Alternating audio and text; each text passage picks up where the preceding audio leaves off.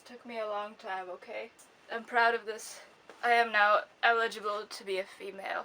Hello, humans. So the first thing people ask me once they find out I've lived in all these countries is, how many languages do you speak? If you count all the languages that I have been intermediate to fluent in, I would say I have spoken about 6 languages in my life. I started speaking French and English approximately at the same time when I was just a babe in Namibia. While we lived in Namibia, I also spoke Oshiwambo with my nanny. My nanny was one of the Ovambo people of Namibia, and so Oshiwambo was one of the most commonly spoken languages there. Afterwards, my dad and I moved to Tianjin, China, and I spoke Chinese with my ayi. I cannot remember if it was Mandarin or a specific dialect. Next, we moved to Qatar, and that is the longest I've lived in any country. We stayed there for 4 years. I had regular Arabic classes. In Ghana, we had French classes, so I already knew that. In Uzbekistan, we had Russian classes, so I studied Russian for 3 years. In Uzbekistan, they speak Uzbek, but Russian is also very common because it used to be a part of the Soviet Union. So yes, English, French, Oshiwambo, Chinese, Arabic,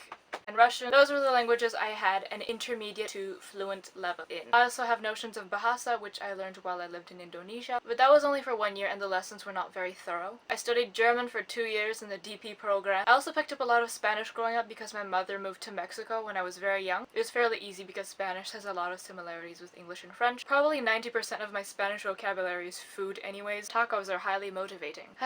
Food is my #1 source of motivation to learn languages. But yeah, a lot of people are pretty disappointed when I tell them that I actually currently only speak about 3 languages. I speak French because my family's I count English as my other mother tongue because I've always spoken it and it's the language that I spoke at school and with my friends. I definitely prefer English. I feel like I can express myself better in English. I feel like I can be more myself. And now I speak French much more regularly because I moved to Paris and I go to a French school. And then there's Russian, which I still remember pretty well. Our classes were very well taught. They were very motivating. I'd say I could have a conversation in Russian if the person spoke reasonably slowly, and if it was like really basic conversations, like no politics or nothing like that. Здравствуй, меня зовут Свай. Я жила в Ташкенте для 3 года, но я забыла очень много русские слова. Я очень скучаю говорить по-русски. Я думаю, это очень красивый язык. So I still speak a bit of Russian, and I make a big effort to remember it by using Duolingo. I've also recently started relearning Arabic on Duolingo. I always remember the alphabet. And in Paris, there's a very big Arab community, so you can see a lot of signs everywhere. You can hear a lot of people speaking it. I also went through this phase where I was really obsessed with Ireland for some reason, so I learned a bunch of Irish Gaelic phrases just for fun. The only phrase I remember is Kimera Hashib. I think that's how you pronounce it, which means how are you?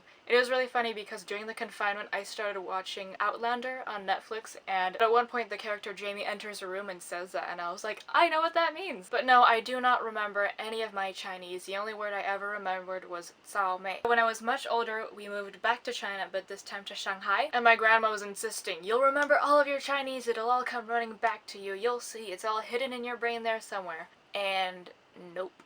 Absolutely zero Mandarin came back to me during my time in China. And the previous year, we'd lived in Indonesia, where we'd had Mandarin classes, and no Chinese had come back to me then either. And in Shanghai, there was the option to take Mandarin classes, but it was more for people who already had a certain level in it. And honestly, the language is so complicated. The teacher that I'd had in Indonesia was so bad. I absolutely did not want to put myself through that again, so I just took German. Best decision of my life, because the people who took DP Mandarin were slain.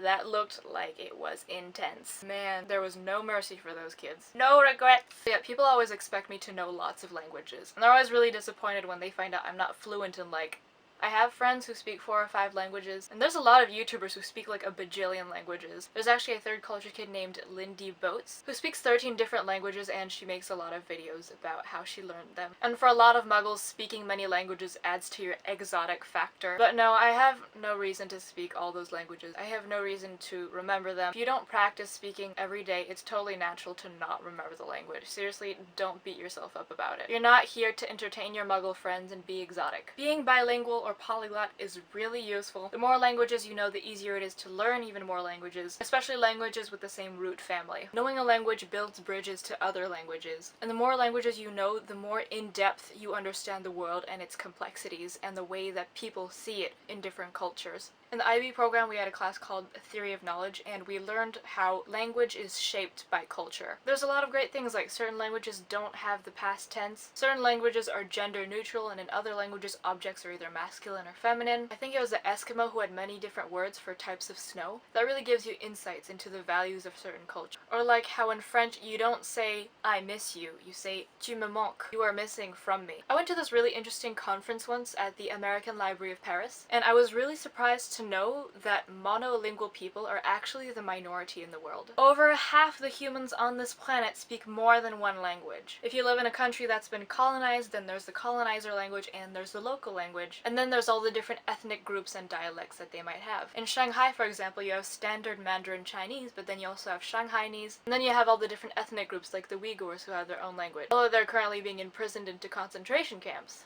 But yeah, there are more people in the world who are bilingual or polyglot. They have the language that they speak at home and the language that they speak at school with their friends. Now, third culture kids are notoriously bad at their native tongue. If anything, their native tongue is sort of minority in their daily life. A lot of us have always spoken English at school and with our friends. It's the language we learn in, it's the language we learn to express ourselves in the most. And so the language or languages we speak with our family are usually secondary to that. And not all of us have parents who come from the same country. A lot of people have parents who each have their own language and their own culture that they are inputting into the family household. My mother never taught us Vietnamese, unfortunately. I think knowing Vietnamese would have given me a lot more access to other Asian languages, because it's a very different logic. You've got all the tones and things like that. But yeah, I grew up speaking French with my dad, but I'd say it was a very informal, bastardized kind of French, and there was a lot of franglais. We mixed French and English a lot on a daily basis, because he was also a teacher in an English-speaking school. So he also spoke English on a daily basis, and we watched a lot of English series and films together. I'm cold, and I totally did not steal this blanket from Air France. Like, when you're speaking, your brain always takes the easy way out. Whichever word is within your mind's reach, that's the word that it's gonna use. Doesn't matter which language it's from.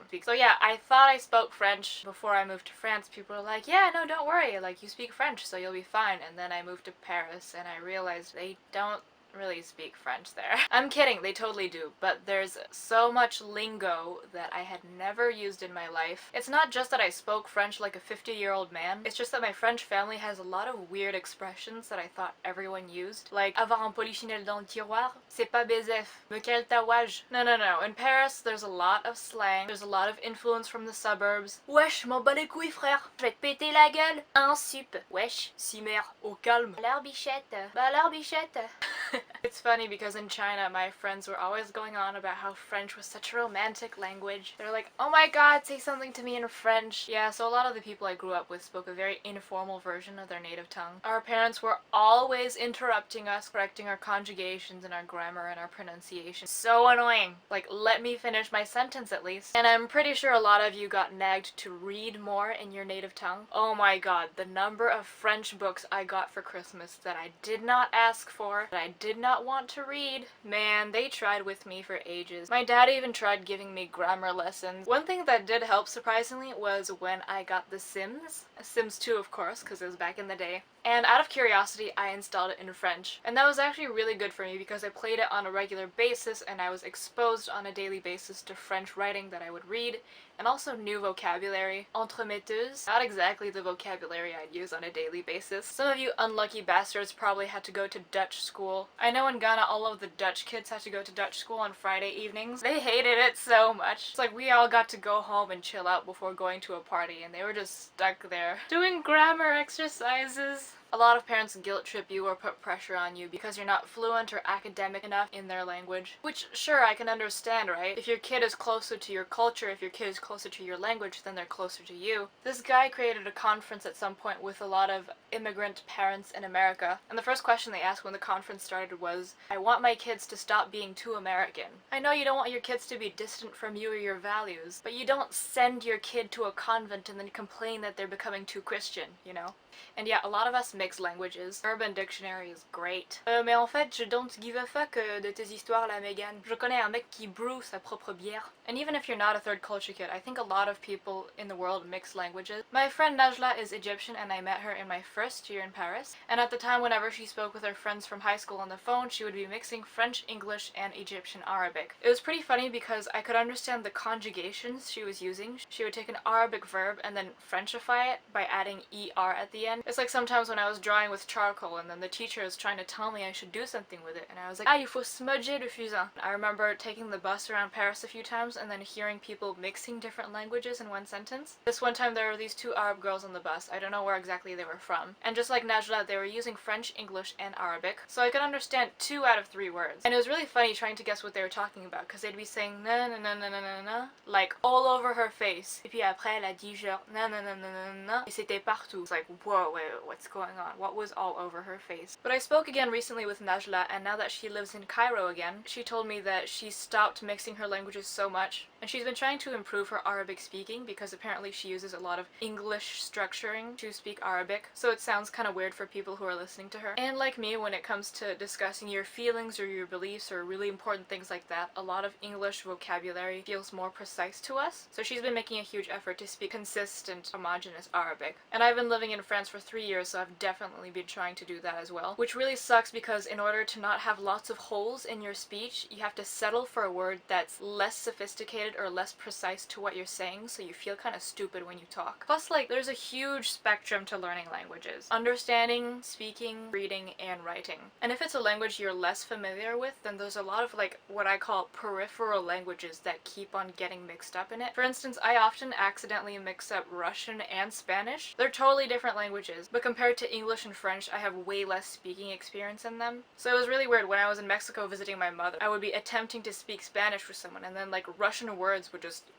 fall out. And when I speak Russian, I keep on saying por favor instead of пожалуйста. I think that's one of the really cool things about spoken word. There are a lot of bilingual poets out there who discuss their experiences with language. One of my all-time favorite poets is Safia El-Hilou. I'll leave a few links to some of her work in the description. I also got in touch with my friend Zara. Her mom is Belgian and her father's Tunisian, and she speaks 5 languages. Okay, so Zara, I hope I got this right because I always get my friends' countries mixed up. Zara lived in Tunisia, Belgium, the Philippines, Indonesia, then went back to Belgium for a bit, and then went back to the Philippines for a bit, and then moved here to France. French and Flemish are her mother tongues. She also speaks Tunisian Arabic with the Tunisian side of her family. And she actually learned English much later in middle school, and she never really liked English because she thinks that it's too simple, which is crazy to think of because I love the English language and I think it has so many complexities and so much flexibility. Arabic seems to have so many nuances, which makes it such a multifaceted language. Anyways, aside from English, Zara also learned German in middle school because it's very similar to Flemish. Because of all her travels, she lost a bit of her Tunisian for a while, but even though there are a lot of people in Paris who speak Arabic, Zara knows it more in depth because she also learned how to read it and write it properly. And if we're going to be talking about language, then we have to talk about accents. As you can hear, I have a very American accent. I think for a lot of us in international schools, American is sort of the default accent we have.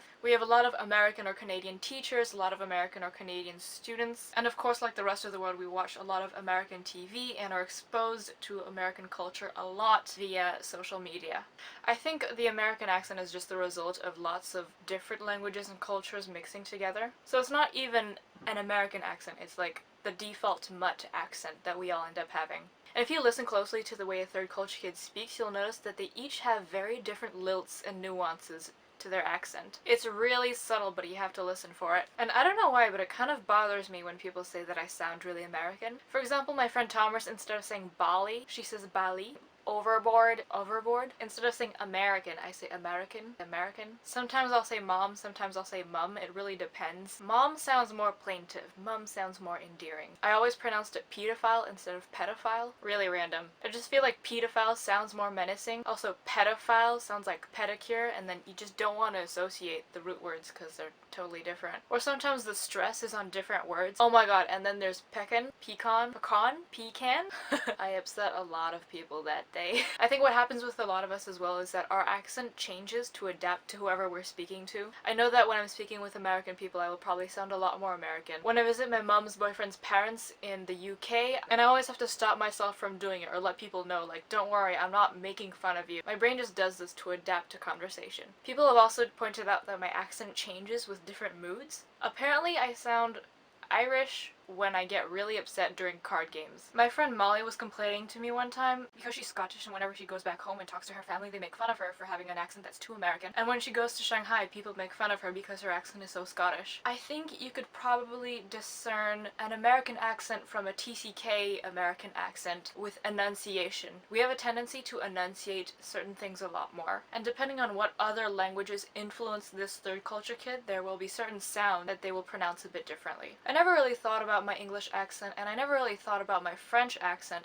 until we moved to Uzbekistan. A few months after we had settled into our house in Uzbekistan, we decided to film a video for my uncle's birthday to show him our house. And so obviously the video was in French because it was for my French uncle. And so we filmed the video showing him our house, wishing him happy birthday and all that. And then when we rewatched the video, I was horrified. I could not believe I sounded like that. I was like, Dad, why didn't you tell me I have an accent in French? He's like, what are you talking about? You don't have an accent in French. What accent? I'm like, right there, listen, I have an accent. No, you don't. Yes, I do. No, you don't. To this day, every time I show my dad a video, he's like, I still can't hear it. I was so embarrassed when I saw that video. This whole time, I had thought that I spoke French just like my dad. Like, we just had conversations, you know. I never listened to myself speak. I never heard anything strange in the way I was speaking. I thought I sounded exactly like him. And then I saw this video, it was like, God, I sound so stupid. I sound so freaking illiterate. I was self-conscious about my accent for a long time after that. The thing is, other French people notice my accent very quickly. Some people say it's a distinctive English accent, other people say I sound Belgian, other people say I sound like I'm from the South. There have been times, like literally, I'm in Paris and I walk up to someone and I'm like, excuse me, do you have the time please? And they're like, oh my god, your accent is so cool. Where are you from?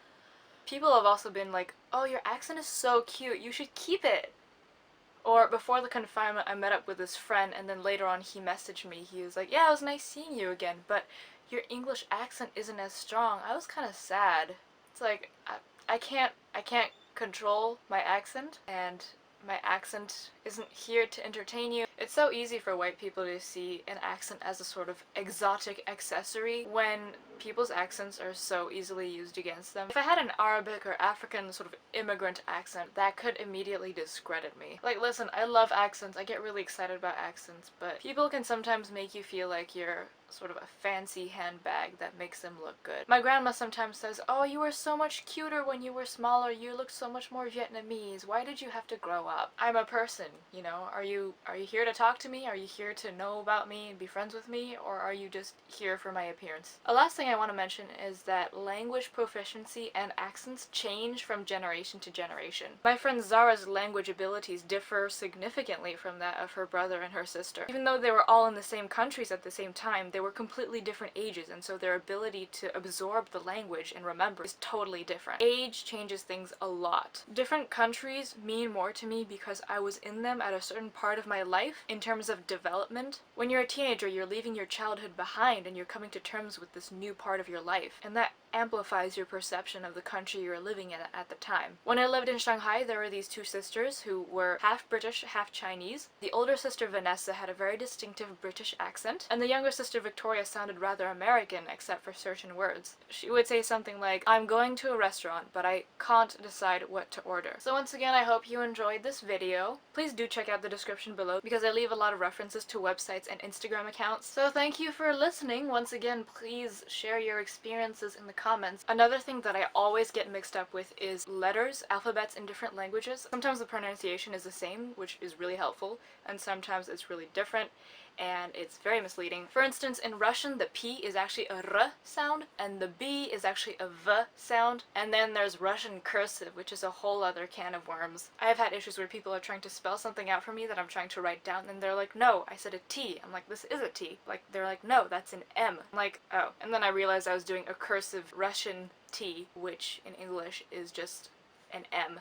And it's always super awkward explaining because people look at you like you're crazy. And even if they don't look at you like you're crazy, you have to go through the whole thing like, yeah, because I speak Russian as well. And they're like, why do you speak Russian? It's like, because I lived in Uzbekistan. Starts a whole conversation. Sometimes you don't have time for that. Persephone, do not leave me. My heart is yours. Look, it's a passion flower. It smells like Listerine.